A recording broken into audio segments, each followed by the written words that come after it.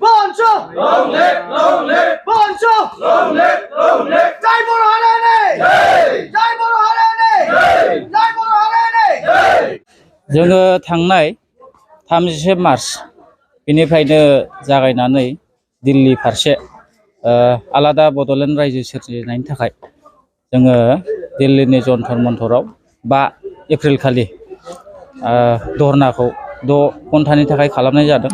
दा बे जोंनि धरना खालामनाय हाबाफारिया थारैनो साक्सेसफुल जाबाय बा जाफुंसारबाय।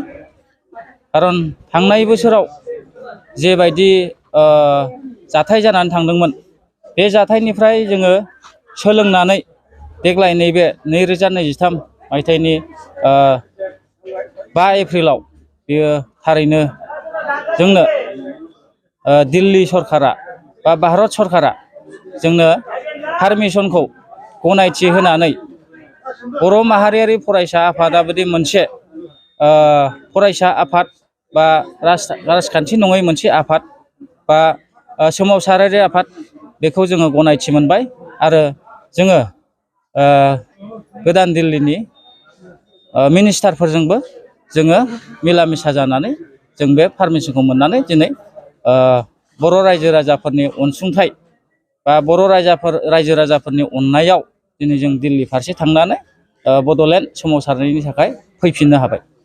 बे सोमावसारनायाव नोंथांमोना सोर साबसेनोहाय मेम'रेन्डाम होखो रायजो राजानि सोमोन्दै बेखौ रायजो राजानो खोन्थाहरनो हागोन नामा?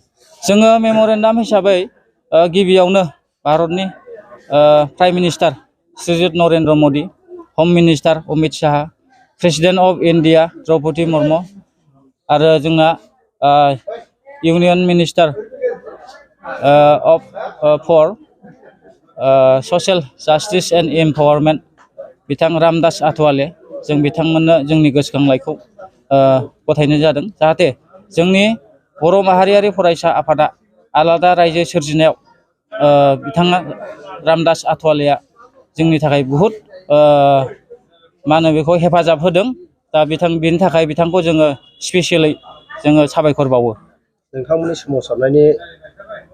सोमावसारनायाव बड'लेण्ड आलादा रायजो सोमावसारनायाव रायजो राजाफोरखौ माबोरै सहाय खालामनांगौ? रायजो राजाफोरखौ जों गनायनांगोन। बर' माहारियारि फरायसा आफादा दिनै रायजो राजा आइ आफा बिदा फंबायफोरनि अननाय नङामोनबा बा बिथांमोननि अनसुंथाइ नङामोनबा जोङो दिनै गोदान दिल्लीयाव जों आलादा रायजो बड'लेण्डनि थाखाय जों सोमावसारैनो खाबुखौ मोननाय नङामोन।